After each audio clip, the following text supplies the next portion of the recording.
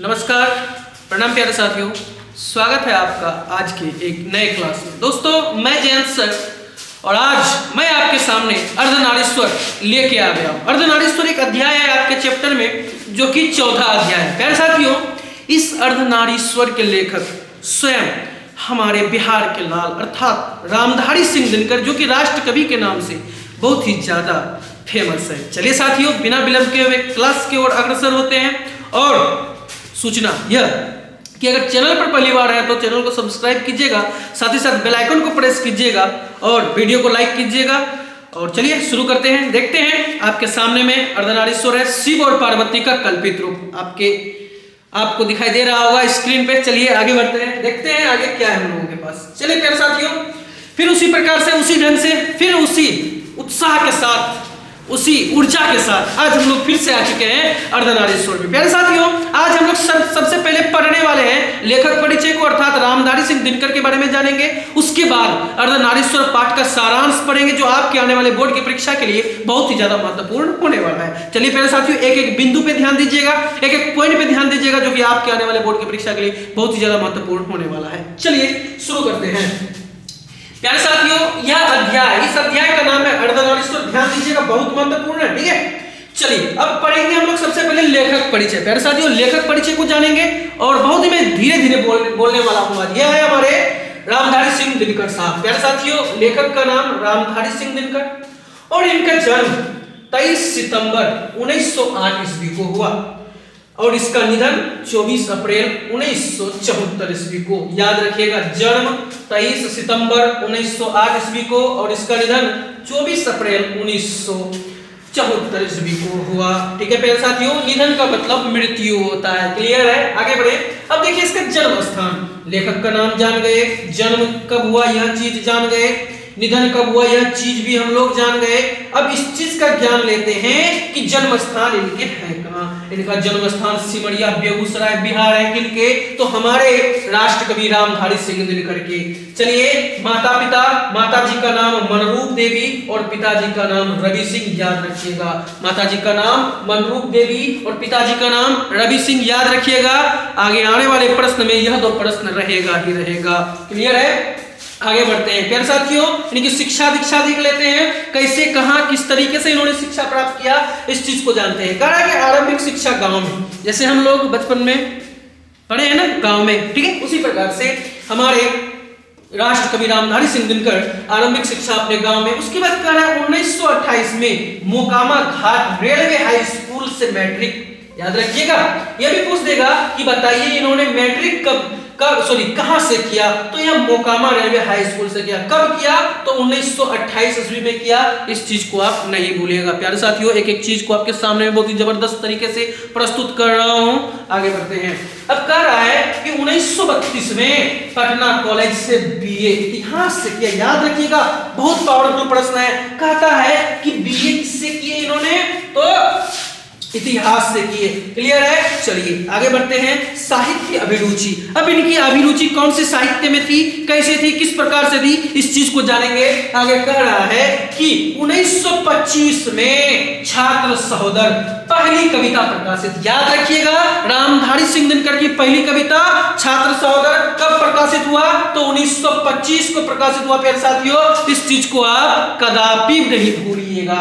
आगे बढ़ते हैं। कह रहा है छात्र जीवन में देश, प्रकाश, प्रतिमा जैसे अनेक रचनाएं प्रकाशित हुई हमारे राष्ट्र कवि रामधारी सिंह दिनकर के। प्यारे साथियों कमेंट कीजिएगा, मैं आपको पीडीएफ सेंड कर दूंगा, ठीक है प्यारे साथियों। आगे बढ़ते हैं, अगला प्रश्न, आगे क्या हम लोगों का यह चीज देखते हैं। प्यारे साथियों, इनकी प्रमुख और प्यारी प्यारी कृतियां हैं। इन प्यारी प्यारी कृतियां को देखते हैं और याद रखते हैं, जो कि हमारे बोर्ड की परीक्षा में सीधा पूछा जाता है। प्यारे साथियों आगे देखते हैं इनकी कृतियां ये है कि प्रमुख काव्य। कृतियां में पहला क्या है? पहला हम लोगों के पास प्रमुख काव्य है। कह रहा है कि परणभग 1929, ठीक है, प्रकाशित हुआ। रेणुका 1935, हुंकार 1938, रसवंती 1940, कुरुक्षेत्र 1946, रश्मिरथी 1952, नील कसम 1954, उर्वशी 1961। अब देखिए प्रमुख गद्य क्या है, यह तो काव्य है कविता, लेकिन यह गद्य क्या है जो अभी हम लोग पढ़ेंगे। तो मिट्टी की ओर क्या है प्यारे साथियों, मिट्टी की ओर 1946 ईस्वी में संस्कृति के 4 अध्याय, यह 1956 में काव्य की भूमिका, यह 1958 में। प्यारे साथियों आपको समझ में आ रहा होगा। आगे बढ़ता हूं, आगे देखिए सम्मान, यह सम्मान याद रखिए, यह सम्मान बहुत ही ज्यादा महत्वपूर्ण है प्यारे साथियों। इस सम्मान को देखिए, कहा कि संस्कृत के 4 अध्याय के लिए साहित्य अकादमी और उर्वशी के लिए भारतीय ज्ञानपीठ पुरस्कार पद्म भूषण से सम्मानित। प्यारे साथियों ध्यान दीजिएगा, कह यह रहा है कि उर्वशी के लिए, अब कह देगा कि किस लेख के लिए दिनकर जी को भारतीय ज्ञानपीठ पुरस्कार मिला, तो उर्वशी के लिए जो है भारतीय ज्ञानपीठ पुरस्कार मिला। और साहित्य अकादमी पुरस्कार संस्कृत के 4 अध्याय के लिए साहित्य अकादमी पुरस्कार मिला, किनको, हमारे राष्ट्र कवि दिनकर साहब को। प्यारे साथियों समझ में आ रहा होगा। इसके साथ साथ आगे बढ़ता हूं, कह रामधारी सिंह दिनकर राष्ट्र कवि के नाम से विख्यात है। हम लोग किस नाम से जानते हैं हमारे रामधारी सिंह दिनकर को, तो हम लोग बिल्कुल ही अच्छे तरीके से जानते हैं कि हमारा जो राष्ट्र कवि है वो रामधारी सिंह दिनकर है। वो एक पॉइंट में यहाँ पे लिख दिया हूं कि रामधारी सिंह दिनकर राष्ट्र कवि के नाम से विख्यात है। प्यारे साथियों यहां तक तो हम लोग पढ़ चुके, अब सीधे बढ़ते हैं आगे और देखते हैं आगे हम लोगों के पास क्या है। प्यारे साथियों चलिए अब हम लोग पढ़ेंगे पाठ का सारांश, जो आपको भी आपके स्क्रीन पे दिख रहा होगा। प्यारे साथियों एक शिव और पार्वती का कल्पित रूप है। ध्यान से देखते हैं क्या करता है कि प्रस्तुत निबंध। एक चीज हमेशा ध्यान दीजिएगा, यह जो आपका अर्धनारीश्वर है यह किस विधा से है, तो यह आपका निबंध विधा से है, इस चीज को आप नहीं भूलिएगा। प्रस्तुत निबंध अर्धनारीश्वर की रचना राष्ट्र कवि रामधारी सिंह दिनकर ने की है। ऐसा माना जाता है कि अर्धनारीश्वर भारत की मिथकीय प्रतीक है, जिसमें दिनकर ने अपना मनोचित आदर्श निरूपित किया है। कैसा आदर्श निरूपित किया है, मन से उचित आदर्श को निरूपित किया है। और कहते क्या है कि मूलतः अर्धनारीश्वर भगवान शंकर और पार्वती का कल्पित रूप होता है। प्यारे साथियों आपको पूछा जाएगा कि बताइए अर्धनारीश्वर किसका कल्पित रूप है, तो प्यारे साथियों अर्धनारीश्वर आपका शिव और पार्वती का कल्पित रूप है, इसको आप कदापि नहीं भूलिएगा। आगे कह रहा है जिसका आधा अंग पुरुष का और आधा अंग नारी का होता है। अर्धनारीश्वर इस बात का प्रतीक है कि स्त्री और पुरुष में कोई भेद नहीं है। अर्धनारीश्वर किसका प्रतीक है, तो अर्धनारीश्वर इसका प्रतीक है कि स्त्री और पुरुष में कोई भेद नहीं है। प्यारे साथियों इस चीज को आप नहीं भूलिएगा। चलिए प्यारे साथियों आगे बढ़ते हैं। आगे यह कह रहा है तथा एक का गुण दूसरे का दोष नहीं हो सकता है, अर्थात अगर पुरुषों में नारियों का गुण आ जाए तो इससे उनकी मर्यादा कम नहीं होगी, बल्कि उसके गुणों में अभिवृद्धि होगी। अर्थात जब किसी नारी में पुरुष का गुण चल जाए और पुरुष में नारी का गुण हो जाए तो इसका मतलब कदापि गलत नहीं है, बल्कि उसके ज्ञान में उसमें और भी ज्यादा वृद्धि होगी। ठीक है, ऐसा कौन कह रहा है, ऐसा हमारे राष्ट्र कवि साहब कह रहे हैं। प्यारे साथियों और यह भी बात सही है कि हर नारी का इज्जत करना चाहिए। प्यारे साथियों आगे बढ़ते हैं, देखते हैं आगे हम लोगों के पास पाठ का सारांश और क्या है। ध्यान दीजिएगा, यह कह रहा है लेकिन कृषि के विकास के बाद नारी की पराधीनता आरंभ होगी। कृषि खेती, जब हमारे दादा प्रदादा पिताजी ठीक है जब कृषि करने लगे अर्थात खेती करने लगे तो उसमें क्या होता था कि घर में जो माँ बहनें होती हैं वो भी साथ साथ जाते हैं खेत में काम करने के लिए। प्यारे साथियों इसलिए यह चीज कहा कि लेकिन कृषि के विकास के बाद नारी की पराधीनता आरंभ हो गई, जिंदगी 2 भागों में बढ़ गई। ये जो जिंदगी है यह 2 भागों में बढ़ गई, नारी घर में और पुरुष बाहर रहने लगे। नारी घर में और पुरुष बाहर रहने लगे, दोनों अपने कर्तव्यों से विचलित हो गए। नर कर्कश और कठोर हो गया, युद्धों में रक्त बहाते समय उसे इस बात का ध्यान ही नहीं रहा कि रक्त के पीछे जिनका सिंदूर बह रहा है उनका क्या होगा, और नहीं उन सिंदूर वालियों को ही फिक्र है। दिनकर जी कहते हैं कि अगर कौरव की सभा में संधि वार्ता कृष्ण और दुर्योधन के बीच न होकर कुंती और गांधारी के बीच हुई होती तो शायद आज महाभारत का युद्ध नहीं होता। प्यारे साथियों बहुत ही दिलचस्प है यह निबंध आपके लिए। प्यारे साथियों आगे बढ़ता हूँ, देखता हूँ आगे क्या कह रहा है। देखिए आगे यह कह रहा है कि लेखक इस पाठ में नारी के महत्व को बताया है। इस पाठ में किसका महत्व है? इस पाठ में नारी का महत्व है। प्यारे साथियों आगे क्या कह रहा है कि मुंशी प्रेमचंद कहते हैं कि पुरुष जब नारी का गुण लेता है तो वह देवता बन जाता है। याद रखिएगा यह उक्ति किसकी है? यह किसने कहा है कि जब पुरुष नारी का गुण लेता है तो वह देवता बन जाता है। क्या बन जाता है? देवता बन जाता है। कौन बनता है? पुरुष बनता है। कब बनता है? जब वह नारी का गुण को ले लेता है। किंतु नारी जब नर का गुण सीखती है तो वह राक्षसी हो जाती है। ऐसा हमारे मुंशी प्रेमचंद साहब कहे हैं। और मुंशी प्रेमचंद साहब कोई नाम नहीं है, ठीक है, वह एक ऐसा मनुष्य थे कि जो साहित्य के दुनिया में जब कदम रखे थे ना तो तहलका मच चुका था।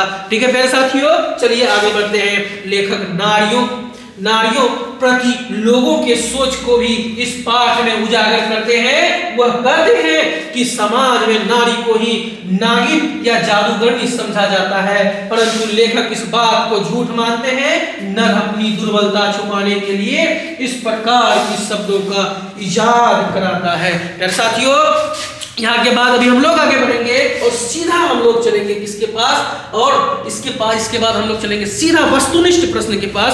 ध्यान से एकदम पूरा ध्यान मग्न के साथ पढ़ाई कीजिएगा और धैर्य धारण करके कुछ भी करने के लिए, पढ़ने के लिए धैर्य चाहिए। ठीक है, आगे क्या है कि रामधारी सिंह दिनकर ने इस निबंध में स्त्रियों के सम्मान को बढ़ाने पर बल दिया है। उन्होंने गांधी और मार्क्स के विचारों की वकालत की है। जिन्होंने नारी जाति के सम्मान की बात कही है, उन्होंने गांधी जी की पोती द्वारा लिखित पुस्तक बापू मेरी माँ। अब एक चीज ध्यान दीजिएगा, यहाँ भी एक जबरदस्त वस्तुनिष्ठ प्रश्न छिपा हुआ है कि बापू मेरी माँ लिखी किसने है? तो कौन लिखी है? गांधी जी की पोती द्वारा लिखित है यह बापू मेरी माँ की भी चर्चा की है, जिसमें पुरुषों में उपस्थित नारियों के गुण जैसे दया, क्षमा इत्यादि को बतलाया गया है। प्यारे साथियों इसी के साथ साथ मैं आगे बढ़ता हूं, देखता हूं आगे क्या है हम लोगों के पास। ध्यान से चलिए प्यारे साथियों, हम लोग बहुत ही जबरदस्त तरीके से सारांश पढ़े। उससे पहले बीते हुए समय में हम लोगों ने पढ़ा, क्या पढ़ा? हम लोगों ने लेखक परिचय पढ़ा। प्यारे साथियों आपके लिए, मेरे लिए, जो आप सभी लोग जो तैयारी कर रहे हैं आने वाले बोर्ड की परीक्षा के लिए 2026 में जो आपका परीक्षा है उसके लिए जो आप तैयार हो रहे हैं उसमें आपको यह बहुत ही ज्यादा मदद करेगी। चलिए आगे बढ़ते हैं वस्तुनिष्ठ प्रश्न के साथ। मैं आपके साथ जुड़ चुका हूँ जयंत सर, और आज के पास जितनी सारी क्षमता है उस क्षमता से आप लड़िए और युद्ध कीजिए मेरे साथ। करें कि अर्धनारीश्वर शीर्षक पाठ के लेखक कौन है? अभी हम लोग कुछ देर पहले बीते हुए समय में हम लोग पढ़े कि अर्धनारीश्वर शीर्षक पाठ के लेखक जो है वह हमारे रामधारी सिंह दिनकर साहब हैं। इस चीज को आप नहीं भूलिएगा। और यह जो प्रश्न है देखिए कितना पावरफुल है, 2011, 2018, 2021। मेरे साथियों 3 वर्ष यह प्रश्न पूछा हुआ है और आपके लिए बहुत ही ज्यादा महत्वपूर्ण है। इसी के साथ साथ मैं आगे बढ़ता हूं, देखता हूं अगला प्रश्न क्या है लोगों के पास। चलिए प्यारे साथियों दूसरा नंबर प्रश्न है। प्रश्न यह कह रहा है, ध्यान दीजिएगा, पढ़िएगा, विकल्प भी पढ़िएगा। दिनकर जी को निम्न में से कौन सा पुरस्कार दिया गया था? प्रश्न जो है 2020 में पूछा हुआ है। आपका विकल्प है पद्मश्री, दूसरा है पद्म भूषण, तीसरा है पद्म विभूषण, उसके बाद है चौथा पद्म। प्यारे साथियों मैं आपको बताना चाहूंगा कि दिनकर जी को पद्म भूषण पुरस्कार दिया गया है। यहाँ पर आप ध्यान दीजिएगा। क्लियर है? इसी के साथ साथ आगे बढ़ता हूं, देखता हूं अगला प्रश्न क्या है हम लोगों के पास। चलिए तीसरा प्रश्न ये रहा, आपके स्क्रीन पे ध्यान दीजिएगा और साथ ही साथ बनाते हुए चलिएगा। कह रहा है कि अर्धनारीश्वर कल्पित रूप है। आपका विकल्प है राधा कृष्ण का, शंकर और पार्वती का, राम और सीता का, गणेश और लक्ष्मी का। प्यारे साथियों कुछ देर पहले बीते हुए समय में हम लोगों ने पढ़ा कि अर्धनारीश्वर जो कल्पित रूप है वह शंकर और पार्वती का कल्पित रूप है। और यह जो प्रश्न है आपका, यह 2020 में आपका प्रश्न पूछा हुआ है। चलिए प्यारे साथियों फटाफट से आगे बढ़ते हैं, समय नहीं लूंगा ज्यादा। चलिए चौथा प्रश्न यह कह रहा है कि ज्ञानपीठ पुरस्कार से सम्मानित रचना है। प्यारे साथियों ज्ञानपीठ पुरस्कार से सम्मानित रचना इसका उर्वशी साहब है, उर्वशी है। इस चीज को आप ध्यान दीजिएगा। जब मैं आपको लेखक परिचय बता रहा था तो उसमें मैं आपको ध्यान देने के लिए भी कहा था कि बताइए, अब ध्यान दीजिएगा कि भारतीय ज्ञानपीठ पुरस्कार से सम्मानित कौन है? तो वह उर्वशी पर इसको भारतीय ज्ञानपीठ पुरस्कार सम्मान से सम्मानित किया गया था। और ये जो आपका प्रश्न है 2019 ईस्वी में पूछा हुआ है। प्यारे साथियों, इसी के साथ साथ आगे बढ़ता हूं, देखता हूं अगला प्रश्न हम लोगों के पास क्या है। प्यारे साथियों देखिएगा 5वें नंबर का प्रश्न है। प्रश्न क्या कह रहा है? प्रश्न यही कह रहा है कि रामधारी सिंह दिनकर की रचना निम्न में से कौन है? अर्धनारीश्वर, जी हाँ बिल्कुल अर्धनारीश्वर है। लेकिन हम लोग फिर से जानेंगे हर दिन की तरह कि यह जो जूठन है इसको लिखे हैं ओम प्रकाश वाल्मीकि साहब, या रोज है इसको लिखे हैं अज्ञे साहब, और सदानिरा लिखे हैं जगदीश चंद्र माथुर साहब। क्लियर है प्यारे साथियों? आगे बढ़ता हूँ, आगे देखता हूँ क्या है हम लोगों के पास प्रश्न। चलिए 6 नंबर का प्रश्न है। प्रश्न को ध्यान दीजिएगा। प्रश्न यह है कि अर्धनारीश्वर शीर्षक पाठ हिंदी साहित्य की कौन विधा है? जब हम लोग आदि अर्थात शुरुआत कर रहे थे क्लास का, तो उसी समय में आपको बताया कि यह जो है आपका यह निबंध है। यह कौन सा पाठ है, किस विधा से यह संबंधित है? तो यह निबंध से संबंधित है। चलिए आगे बढ़ते हैं। देखिए 7वां प्रश्न है। प्रश्न यह कह रहा है कि रामधारी सिंह दिनकर किस विश्वविद्यालय के में उप कुलपति के पद पर रहे हैं? प्यारे साथियों प्रश्न 2023 में पूछा हुआ है और आपको जानकर शायद अचंभा होगी कि रामधारी सिंह दिनकर जो है वह उपकुलपति के पद पे रह चुके हैं भागलपुर विश्वविद्यालय के। इस चीज को आप नहीं भूलिएगा प्यारे साथियों, ठीक है? समझ में आ रहा होगा। आगे बढ़ता हूं, देखता हूं अगला प्रश्न हम लोगों के पास है क्या। प्यारे साथियों 8 नंबर का प्रश्न है। प्रश्न बहुत ही मजेदार है। प्रश्न यह कह रहा है कि अर्धनारीश्वर शीर्षक निबंध में गौरी और शंकर का किस प्रकार का रूप वर्णित है? आपका जो यह प्रश्न है 2023 में पूछा है, लेकिन आप विकल्प को देखिए, आदर्श, कल्पित, यथार्थ या फिर वास्तविक। प्यारे साथियों मैं आपको उसी समय ही बता दिया था जब मैंने क्लास को शुरू किया था। तो यह जो आपका पाठ है अर्धनारीश्वर, यह गौरी और शंकर का कल्पित रूप है, अर्थात गौ नंबर का विकल्प आपका बिल्कुल सही हो जाएगा। जी हाँ बिल्कुल। आगे बढ़े, जी हाँ आगे बढ़ते हैं, देखते हैं अगला प्रश्न क्या है हम लोगों के पास। चलिए 9 नंबर का प्रश्न है। प्रश्न बहुत ही प्यारा है। प्रश्न को देखिएगा। प्रश्न यह कह रहा है अर्धनारीश्वर पाठ के लेखक कौन है? प्यारे साथियों अभी हम लोग कुछ देर पहले चर्चा किए कि हमारे राष्ट्र कवि अर्थात रामधारी सिंह दिनकर अर्धनारीश्वर पाठ के लेखक हैं। इस चीज को आप नहीं भूलिएगा। क्लियर है? आगे बढ़ता हूं, देखता हूं अगला प्रश्न क्या है हम लोगों के पास। चलिए प्यारे साथियों 10वां नंबर का प्रश्न है। प्रश्न बहुत ही प्यारा है। देखिएगा कह रहा है कि रामधारी सिंह दिनकर का जन्म कब हुआ था? प्यारे साथियों रामधारी सिंह दिनकर का जन्म हुआ था 23 सितंबर 1908 ईस्वी को। कब हुआ था? 23 सितंबर 1908 ईस्वी को रामधारी सिंह दिनकर जी का जन्म हुआ था। आगे बढ़े, देखते हैं 11वां नंबर का प्रश्न है। प्रश्न कह रहा है कि दिनकर जी का निधन कब हुआ था? प्यारे साथियों इनका जो निधन हुआ था वह हुआ था 24 अप्रैल। कब हुआ था? 24 अप्रैल 1974 ईस्वी को हुआ था। प्यारे साथियों कहां पे दिखाई दे रहा है? जी हां बिल्कुल क नंबर का विकल्प आपका बिल्कुल सही हो जाएगा 19 अप्रैल 1974 ईस्वी को। चलिए इसी के साथ साथ आगे बढ़ता हूं, अगला प्रश्न देखता हूं। कह रहा है कि दिनकर जी का जन्म स्थान कहां है? बिल्कुल सिमरिया बेगूसराय बिहार। बिल्कुल कहां है इसका जन्म स्थान? सिमरिया बेगूसराय बिहार के निवासी हैं हमारे दिनकर साहब। प्यारे साथियों आपको एक एक क्वेश्चन आपके लिए बहुत ही ज्यादा महत्वपूर्ण है, बहुत ही ज्यादा महत्वपूर्ण है। चलिए आगे बढ़ते हैं, अगला प्रश्न क्या है इस चीज को देखते हैं। चलिए 13 नंबर का प्रश्न है। प्रश्न बहुत ही प्यारा है। प्रश्न यह कह रहा है कि रामधारी सिंह दिनकर का माता जी की क्या नाम थी?